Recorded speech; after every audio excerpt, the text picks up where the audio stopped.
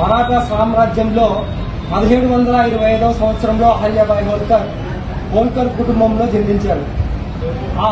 ఆమె జన్మించిన తర్వాత శివాజీ మరాఠా రాజ్యంలో చిన్న ఒక పోస్టుగా నియమించబడ్డారు.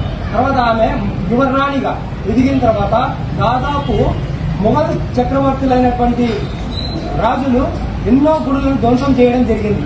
అలాంటి సమయంలో హోల్కర్ గారు ఒక మహిళ అయి ఉండి ఆమె ఏం చేశారంటే దేశవ్యాప్తంగా తన సొంతంగా వచ్చినటువంటి ఆస్తులు దాదాపు 16 కోట్లు, అంటే సుమారు అన్ని ఇవి గుళ్ళు ఏవైతే ఉన్నాయో, జ్యోతిర్లింగాలు ఏవైతే ఉన్నాయో అన్ని జ్యోతిర్లింగాలలో గోసేవకు సంబంధించి అదే రకంగా గుళ్లను ఎన్నో ధ్వంసమైన గుళ్లను పునర్నిర్మించడం జరిగింది. అలాంటి గొప్ప మహిళ మన దేశానికి ఎంతో కీర్తి ప్రతిష్టలు తీసుకుని వచ్చినారు.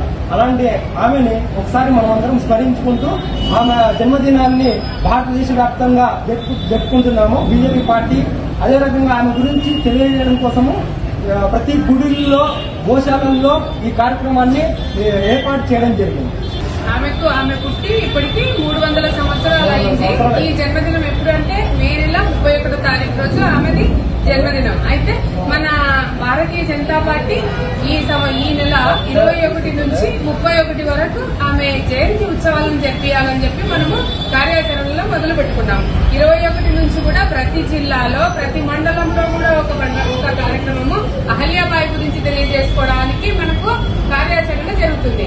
అయితే ఈమె ఆ టైంలోనే 300 సంవత్సరాల క్రితమే ఇప్పుడు ఏదైతే మోదీ గారు చేస్తున్నటువంటి మహిళల ఉన్నతి కొరకు పాటుపడ్డాడు, అలాగే రోడ్ల నిర్మాణం అయితేనేముంది, పోస్టల్ డిపార్ట్మెంట్ ఆ రోజే కనుక్కున్నటువంటి గొప్ప వ్యక్తి, అలా అప్పట్లోనే అన్ని రకాల డెవలప్మెంట్ గురించి ఆలోచించినటువంటి గొప్ప మహిళ. అంతేకాకుండా 30 సంవత్సరాలు ఏకధాటిగా పాలించినటువంటి పురుషులు కూడా లేనటువంటి పరిస్థితిలో స్త్రీ కూడా ఒక్క లోపం లేకుండా 30 సంవత్సరాలు ఏకధాటిగా పాలించినటువంటి స్త్రీ.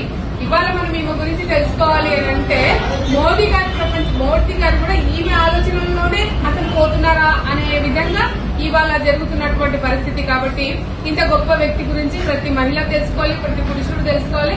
న్యాయము ధర్మము ఏ విధంగా ఉండాలి అనే దాని మీద కానీ ప్రతి దాని మీద ఇది లేదు అనకుండా అన్ని కళల్లో కూడా ఎంతో ఉత్తమమైనటువంటి గొప్ప చాతుర్యం కలిగినటువంటి వ్యక్తిగా మనము ఈమెను గుర్తించుకోవాలని చెప్పి ఆమె జన్మదిన సందర్భంగా మనం ఇవాళ సూర్యనారాయణ స్వామి టెంపుల్లో మనం ఈ కార్యక్రమం జరుపుకుంటున్నాము.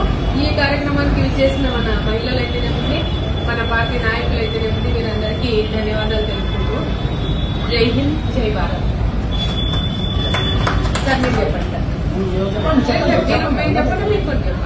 అన్ని కూడా ఇలాంటి కార్యక్రమాలు బీజేపీ అధికారంలోకి వచ్చినాక ఇలాంటి మహానుభావులందరినీ కూడా మనం దేశవ్యాప్తంగా మనకి సంస్కృతి పరంగా, రాజ్యపరంగా, ధర్మపరంగా చేసినటువంటి గొప్పవారిని అందరినీ కూడా స్మరించుకోవటానికి, ఇలాంటి మహానుభావులందరినీ కూడా మనం ఈరోజు మనము గుర్తు చేసుకోవటానికి ఇలాంటి పర్వదినాలను అలాగే వారి జన్మదినాలను వర్ధంతుల్లో కూడా ఘనంగా చేసుకోవాలని నిర్ణయించుకున్నాం. ఎందుకు మనం ఇలా చేసుకుంటామంటే వారి యొక్క స్ఫూర్తిని మనలో నింపుకోవాలని, వారు చేసినటువంటి గొప్ప పనులు మనం కూడా కొన్ని చేయాల్సిన అవసరం ఉంది.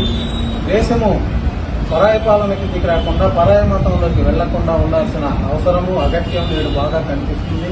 మనం ఈ మధ్య గమనిస్తున్నాం, మన మధ్యనే ఉంటున్నారు వాళ్ళు, పాకిస్తాన్కు చైనాకు అనుకూలంగా మాట్లాడుతున్నారు, మేధావులని ముద్రలేసుకున్నారు. ముఖ్యంగా ప్రకాష్ రాజ్ లాంటి సినిమా యాక్టర్లు అయితేనేవి, అలాంటి కుహాన మేధావులు చాలా మంది కూడా మన సంస్కృతిని, ఇలాంటి మహనీయురాలను కూడా అవమానించే దుస్థితికి దిగజారినారు.